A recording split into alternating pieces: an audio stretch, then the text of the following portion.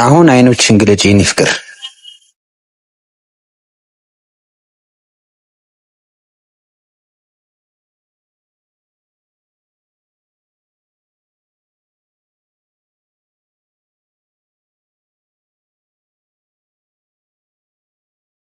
እና አሁን ጆጋ ልትሄጂ ነው?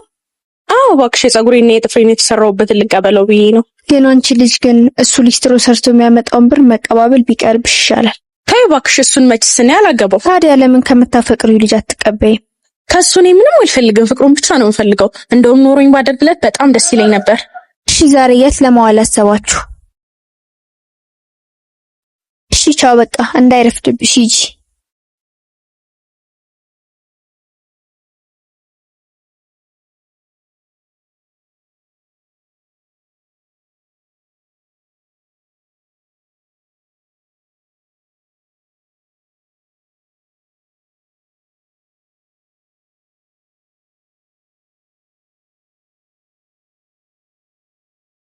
ስማ ብሩን አዘጋጀልኝ። አዎ የኔ ፍቅር፣ ደግሞ በጣም አምሮብሻል። ወዴት ልትሄጂ ነው? ከማም ጋር ቤተሰብ ጥየቃ ልንሄድ ነው። አሁን ብሩ ስጠኝና ልሂድ፣ ማም እየጠበቀችኝ። እሺ እንኪ ያኔ ቆንጆ፣ ደግሞ በጣም ነው ማፈቅርሽ። እሺ ሲያስጠላ። የኔ ዓለም የኔ አመድ አንድ ነው። ቆይ ግን ከዚህ በላይ ለምን ይጎዳል? ለምን ሄጅ አልነግረውም? ለምደኛ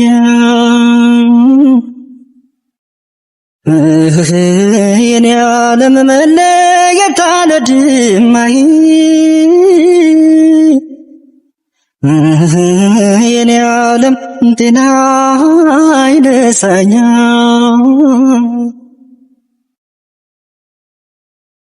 ሰላም ነው ጆ? እንዴት ነሽ ትዬ?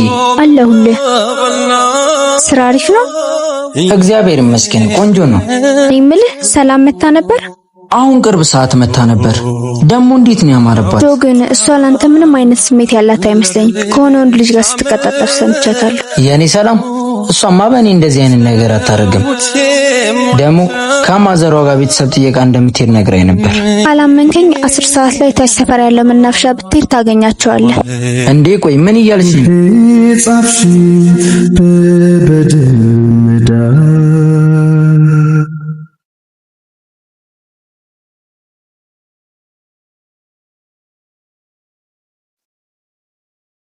ውስጤን ሰብሬ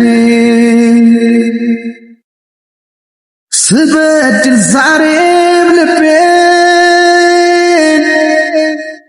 መች የኔ ጉዳይ የኔ ኑሮ ካሁን በኋላ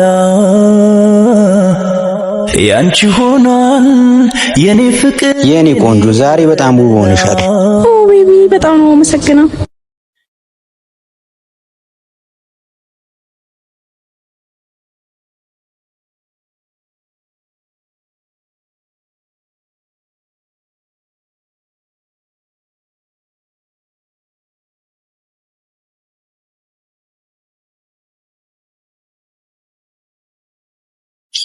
ደግሞ ላንቺ የሚሆን አንድ ሰርፕራይዝ አለኝ።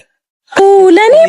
አዎ መርሳት አይከብድም። አሁን ሁለቱም አይኖች ጨፍኝልኝ። አይሽ ሊኩላንቺ ውዴ፣ እኔና አንቺ ለዚህ ቀን ደርሳለን ብለሽ አስበሽ ታውቂያለሽ? የፈጣሪ ፍቃድ ሆነና አደረሰን።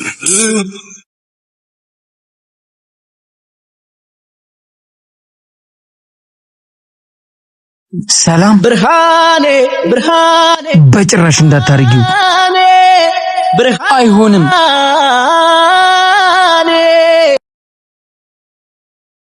አሁን አይኖችን ግለጪ የኔ ፍቅር።